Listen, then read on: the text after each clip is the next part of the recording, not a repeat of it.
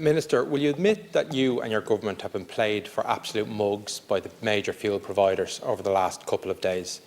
The financial resolution passed with assent last night by all of us has had zero impact. If you're on a garage forecourt this morning, as I was, you would have seen not only the prices not go down, they've actually gone up. When I inquired as to whether the VAT cut was actually, or the excise cut was actually passed on, the person behind the counter told me that the price of Brent crude oil actually went up last night at the same time. Now, that is untrue, but that is what that worker is being told by his boss to say, which is a very unfair thing to put that position to put that worker in. So, will your government agree to call an emergency meeting of all the major fuel providers to discuss this issue? Will you have a look at a true price transparency mechanism for fuel, petrol and diesel? And will you examine whether a cap on fuel prices is needed? And will you look at cutting public transport fares further?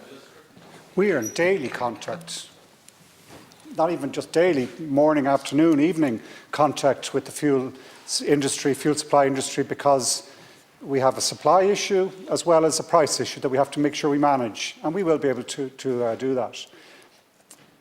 The Consumer and Competition Protection Commissioners will look and make sure, absolutely, with the laser focus, that all the proper approaches were taken, that there wasn't price gouging.